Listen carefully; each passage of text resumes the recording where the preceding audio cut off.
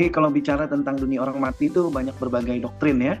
Nah, untuk doktrin GSCA, jadi pada waktu manusia mati, rohnya itu bagi orang percaya masuk ke dalam yang namanya Firdaus. Tetapi orang yang tidak percaya itu masuk ke Hades, yaitu alam maut.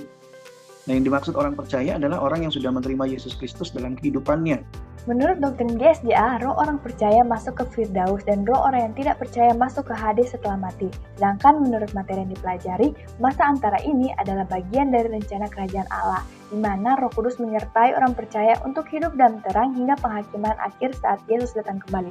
Hal ini menunjukkan bahwa masa antara bukan waktu kosong, melainkan bagian dari proses penggenapan kerajaan Allah, di mana Roh Kudus bekerja dalam hidup orang percaya hingga kedatangan Kristus kembali. Ini keliru ya, bukan masa tribulasi. Tribulasi itu adalah masa-masa pengangkatan Yesus Kristus ke surga. Nah, kalau dalam masa sengsara, itu sekarang sudah terjadi. Di dalam Matius 24, ayat 3 sampai ke 13, itu semua sudah tergenapi. Penderitaan-penderitaan, tanda-tanda alam, itu semua tergenapi. Hanya satu yang sedang dalam proses pengenapan adalah sampai Injil kebenaran diberitakan ke seluruh dunia. Namun sekarang ini gereja-gereja, lembaga-lembaga misi, maupun penginjil-penginjil pribadi terus memberitakan tentang kebenaran firman Tuhan, supaya orang percaya kepada Yesus Kristus. Nah, bagi mereka yang percaya, mereka diselamatkan. Bagi yang tidak, ya tentunya tidak menerima keselamatan yang sudah disiapkan oleh Yesus Kristus. Nah, dalam hal ini, untuk kesengsaraan atau penderitaan, ya memang sudah terjadi.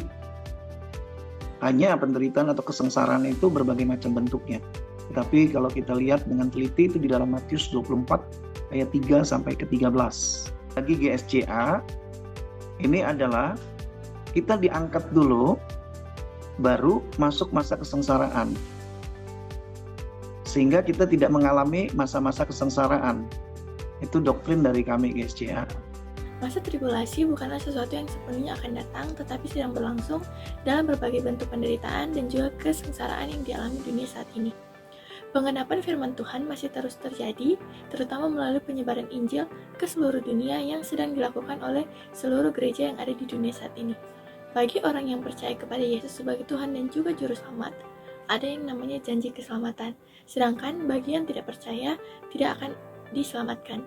Dalam pandangan Gereja Sidang Jemaat Allah, pengangkatan akan terjadi terlebih dahulu sebelum masa kesengsaraan terjadi.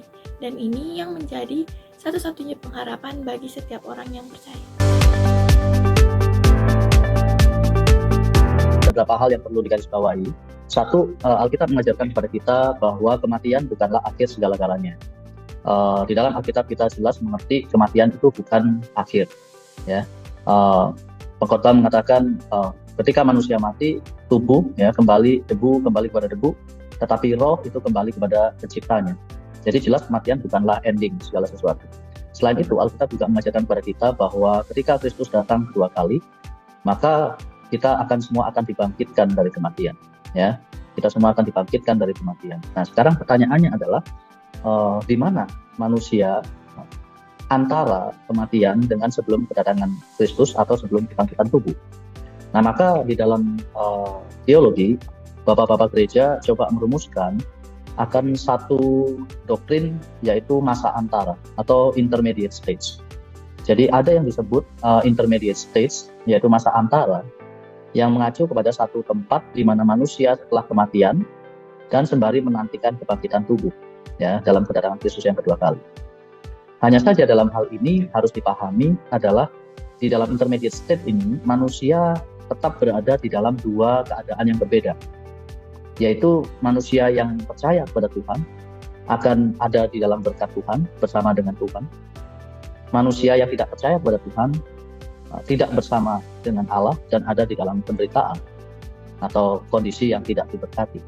Ya, itu yang pertama. Jadi intermediate stage di sini harus dimengerti bahwa ketika manusia mati, manusia akan punya dua keadaan, yaitu keadaan yang diberkati dan keadaan yang tidak diberkati, bersama dengan Tuhan atau tidak bersama dengan Tuhan. Nah, saya percaya bahwa intermediate stage ini tidak berbeda dengan surga dan neraka itu sendiri. Ya, jadi intermediate stage ini tidak berbeda dengan surga dan neraka itu sendiri. Ini sebetulnya hal yang sama. Ini kalau kita mengacu kepada apa yang Tuhan Yesus katakan kepada penjahat di samping dia, ya. Tuhan Yesus berkata bahwa hari ini juga engkau bersama-sama dengan aku di Firdaus. Itu artinya apa? Bahwa setelah kematian penjahat tersebut, dia langsung bersama-sama dengan Tuhan Yesus. Itu artinya apa? Yaitu artinya di surga, ya. Jadi keadaan intermediate state di sini bagi saya tidak berbeda dengan surga atau neraka itu sendiri. Yang membedakannya hanyalah bahwa belum adanya kebangkitan tubuh membuat kemudian keselamatan atau surga itu belum mencapai kepada puncaknya, begitu. Demikian juga penderitaan yang dialami oleh mereka yang tidak percaya itu identik dengan neraka itu sendiri, hanya saja belum mencapai pengenapannya ketika tubuh kebangkitan itu diberikan. Jadi ya ada doktrin tentang intermediate state yang diajarkan mengacu kepada keadaan manusia antara kematian dan sebelum kebangkitan tubuh. Tetapi intermediate stage itu sendiri bagi saya tidak berbeda dengan surga atau neraka itu sendiri. Karena ketika mereka menerima tubuh kebangkitan nantinya, mereka akan tetap di dalam posisi yang sama. Mereka yang dalam keadaan diberkati akan tetap diberkati setelah menerima tubuh kebangkitan. Mereka yang terkutuk dan mengalami penderitaan akan tetap juga mengalami kutuk dan penderitaan setelah mendapatkan tubuh kebangkitan itu sendiri. Menurut kami, jawaban narasumber kami, Pak Heri Yulianto, memiliki jawaban yang sangat sesuai dengan materi sesi 11 masa antara pada mata kuliah WDK 3 ini. Pada WDK 3 diajarkan bahwa roh manusia setelah kematian akan tetap hidup dan ada dalam keadaan sadar sebelum kedatangan Kristus yang kedua kali. Hal ini sejalan dengan pernyataan narasumber kami bahwa kematian bukanlah akhir dari segalanya, melainkan pintu masuk menuju kehidupan yang kekal. Materi masa antara ini juga menjelaskan bahwa orang yang percaya kepada Kristus akan tetap bersama-sama dengan Kristus dalam kekekalan, sedangkan orang yang tidak percaya akan ada dalam penghukuman. Hal ini sejalan dengan pandangan narasumber kami bahwa masa antara ini serupa dengan sorga dan neraka, tetapi belum mencapai puncaknya karena tidak melibatkan tubuh kebangkitan. Narasumber kami juga menekankan bahwa yang diberkati akan tetap diberkati dan yang terkutuk akan tetap terkutuk. Hal ini menunjukkan bahwa tidak ada lagi perubahan nasib setelah kematian, dan ini sesuai dengan ajaran tentang masa antara dan apa yang terjadi setelahnya. Pertama yang saya bisa sampaikan adalah saya percaya bahwa masa sengsara atau tribulation itu menjadi tanda sebelum kedatangan Kristus yang kedua kali. Alkitab berkali-kali menjelaskan kepada kita bahwa sebelum kedatangan Kristus yang kedua kali akan ada penderitaan, akan ada masa-masa sengsara atau tribulation. Itu yang pertama kita harus tegas terlebih dahulu bahwa ya ada tanda-tanda menjelang kedatangan Kristus yang kedua kali dan salah satu tandanya adalah masa sengsara atau tribulation. Itu yang pertama. Yang kedua terkait dengan waktu atau masanya. Dalam hal ini saya menolak pandangan dispensasionalisme, premilenialisme yang menyatakan bahwa masa sengsara itu persis diperhitungkan 7 tahun, ya 7 tahun, baik 7 tahun sebelum pengangkatan maupun 7 tahun setelah pengangkatan masa sengsara. Nah, saya kira waktu 7 tahun itu dalam kitab Wahyu jangan dimengerti secara harafiah, ya. Jadi saya tidak sepakat adanya secara harafiah 7 tahun masa sengsara. Jadi ingat baik-baik ya, saya percaya ada masa sengsara sebelum sebagai tanda kedatangan Kristus, tapi saya tidak sependapat dengan pandangan bahwa seolah-olah benar-benar ada 7 tahun harafiah masa sengsara itu. Kenapa? Karena kita harus membaca angka di dalam kitab Wahyu tidak secara harafiah. Ya, angka di dalam kitab Wahyu adalah makna simbolik, bukan harafiah. Misalnya kerajaan 1000 tahun itu tidak harafiah 1000 tahun. Atau ketika kita membaca 7 cawan itu tidak berarti harafiah 7 cawan, ya kan? 7 bintang dan lain sebagainya ya. Jadi angka 7 tahun di sini tidak boleh dimengerti secara harafiah. Yang dimaksud 7 tahun di sini adalah kegenapan waktu, sejangka waktu yang benar, yang lengkap, ya. Nah, maka saya berpendapat bahwa tribulation itu sebetulnya sudah dialami oleh gereja sebagai tanda menjelang kedatangan Kristus yang kedua. Mulainya kapan? Mulainya sejak justru kedatangan Kristus yang pertama sampai kedatangan Kristus yang kedua. Sejak awal berdirinya gereja, kita sudah mengalami yang namanya masa tribulation itu. Ya kan, penganiayaan itu sudah dimulai sejak awal berdirinya gereja. Banyak yang martir, banyak yang Stefanus bahkan martir yang pertama, penganiayaan oleh gereja. Dan apakah sampai hari ini kita tidak mendapati penganiayaan gereja? Baru-baru ini kita dapati itu peristiwa di Cimahi, ya kan, peristiwa retreat yang kemudian dibubarkan dan kemudian menjadi trauma tersendiri. Jadi masa tribulation di sini jangan dimengerti hanya sebatas 7 tahun, tetapi bahkan sejangka waktu yang genap yang sudah dialami oleh gereja, mulai dari kedatangan Kristus yang pertama sampai kedatangan Kristus yang kedua, gitu. Jadi sampai kapan? Ya tunggu kegenapan waktunya yang Tuhan sediakan sebelum kedatangan Kristus yang kedua. Yang diminta dari kita, yang kita diminta untuk bisa melewati itu semua bukan hanya waktunya, tapi kita terus menanti-nantikan kedatangan Kristus dan siap sedia kapanpun itu waktunya. Menurut materi pembelajaran, jawaban yang diberikan interviewer sudah sesuai dengan materi WDK, khususnya sejalan dengan pandangan amilenialisme, di mana tribulasi memang bukan 7 tahun literal, melainkan masa sengsara yang sudah terjadi sejak Kristus datang pertama kali hingga kedatangannya kembali. Wahyu harus dibaca simbolik, bukan sekedar numerik atau harafiah. Pandangan ini menegaskan bahwa gereja harus selalu siap, tekun, dan setia memberitakan Injil di tengah penderitaan, karena kerajaan Allah sudah hadir namun belum sepenuhnya digenapi.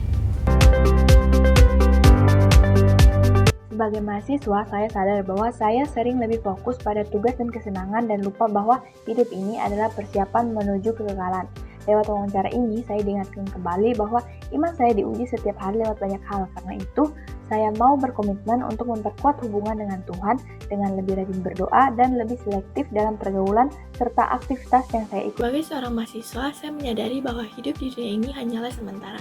Kematian bukanlah sebuah akhir, melainkan awal dari keadaan kekal yang akan ditentukan berdasarkan iman kita kepada Kristus. Masa antara menunjukkan bahwa roh manusia sudah mengalami pemisahan antara yang percaya dan juga yang tidak percaya, meskipun belum dalam bentuk akhir. Mengenai tribulasi, saya melihat bahwa penderitaan sudah menjadi bagian dari hidup orang percaya sejak gereja mula-mula. Masa ini bukan soal hitungan waktu, tetapi soal kesiapan hati manusia. Dan saya juga belajar bahwa yang terpenting adalah hidup setia dan siap menyambut kedatangan Kristus kapanpun waktu itu tiba. Saya mempelajari materi dan wawancara ini sebagai bentuk peringatan kepada saya untuk tetap menjaga hidup dalam penuh kepercayaan dan iman kepada Yesus Kristus Tuhan dan Juru Selamat. Alkitab mencatat bahwa Ia akan datang kembali, dan oleh karena itu kita dituntut untuk tekun dan setia di dalam masa-masa sengsara yang merupakan masa perlawanan terhadap Allah. Sebab pada akhirnya setiap perbuatan kita akan dipertanggungjawabkan di hadapan Allah Sang Hakim yang agung, dan bagi orang yang percaya telah disediakan jaminan kekekalan oleh-Nya. Hasil wawancara ini menemukan saya bahwa kematian bukan akhir, melainkan awal penantian menuju penggenapan janji Allah. Pandangan tentang intermediate space maupun Firdaus dan Hades sama-sama menekankan bahwa roh orang percaya akan bersama Tuhan, sedangkan yang tidak percaya akan terpisah dalam penderitaan. Kesadaran ini membuat saya diingatkan untuk lebih serius menjaga iman dan hidup benar di hadapan Tuhan, karena hidup di dunia hanya sementara. Selain itu, penjelasan tentang masa tribulasi membuka mata saya bahwa penderitaan umat Tuhan memang sudah terjadi sejak gereja mula-mula. Ini berarti kesulitan hidup bukan alasan untuk menyerah, melainkan panggilan untuk tetap setia dan berjaga-jaga, karena kedatangan Kristus bisa terjadi kapan saja. Saya juga diingatkan bahwa tugas orang percaya bukan hanya menunggu, tetapi aktif memberitakan Injil supaya semakin banyak orang diselamatkan. Semua ini mendorong saya untuk hidup lebih siap, menjaga kekudusan, melayani dengan sungguh. Melalui materi dan hasil wawancara menyadarkan saya untuk hidup benar sejak sekarang. Karena setelah kematian tidak ada lagi kesempatan untuk berubah. Sebagai mahasiswa, saya ingin memakai hidup saya untuk mengenal Tuhan lebih dalam, mengikuti tuntunannya, dan siap menyambut langit dan bumi yang baru.